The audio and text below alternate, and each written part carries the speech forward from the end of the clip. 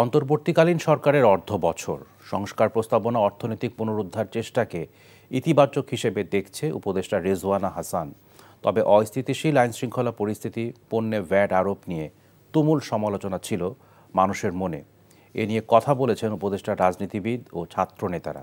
Niamul Aziz সাদেকের report. বিদ্যমান সংবিধানের আলোকেই ৮ই August doctor Mohammad ইউনূসের নেতৃত্বে অন্তর্বর্তীকালীন সরকারের পথ চলা শুরু হয়। সুশীল সমাজের প্রতিনিধি এবং ছাত্রদের প্রতিনিধি নিয়ে গড়া এই সরকার শুরুতে হত্যা ও সন্ত্রাসের দায়ে ছাত্রলীগকে নিষিদ্ধ করে।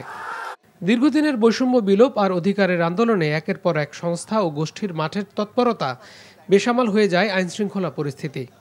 আনসার, সংখ্যালঘু, রিকশা শ্রমিকদের আন্দোলনেও সরকার বিরোধী ইন্ধনের উপস্থিতি পায় গোয়েন্দা সংস্থা।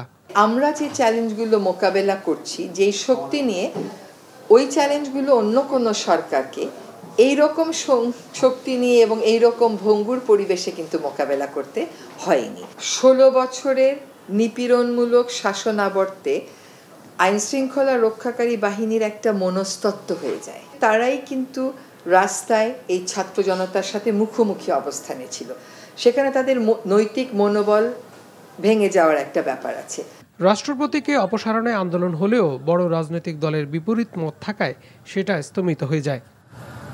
এরই মধ্যে গঠিত সংস্কার কমিশনগুলো কাজ শুরু করে। সংবিধান, নির্বাচন ব্যবস্থা, পুলিশ ও প্রশাসন সংস্কারে কমিশনগুলোর প্রস্তাবনা দেওয়াও সম্পূর্ণ হয়।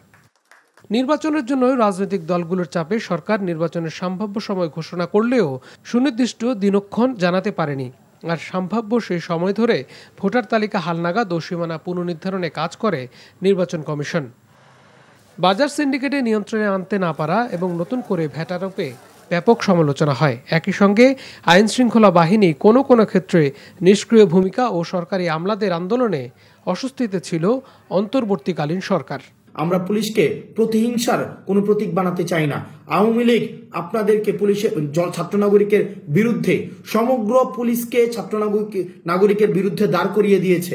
সুতরাং এটি এখন আপনাদের কাজ যে আপনারা ছাত্র নাগরিকের যে প্রত্যাশার প্রতিফলন আপনাদের কাজের মধ্য দিয়ে ঘটাবেন। আমরা আমাদের জায়গা থেকে আপনাদেরকে সহযোগিতা করব। এই পরিবারতন্ত্র এবং ব্যক্তিকেন্দ্রিক যে রাজনীতি, এটার উপরে বিরক্ত। যারা যেই জায়গাটার যোগ্য তাদেরকে সেই জায়গাটাতে নিতে আমাদের হেল্প করতে হবে। গণ অভ্যুত্থানের ঘোষণাপত্র না হওয়ায় অসন্তোষ বৈষম্য বিরোধী ছাত্রদের। সর্বশেষ শেখ হাসিনার অডিও ভাষণকে কেন্দ্র করে ধানমন্ডির ৩২ নম্বরের বাড়ি ভাঙচুর ও সারা দেশে শেখ পরিবারের সদস্যদের বাড়ি জ্বালানো নিয়ে মিশ্র প্রতিক্রিয়া দেখা যায় বিভিন্ন মহলে। Niamul Aziz Sadek, NTV news, Dhaka.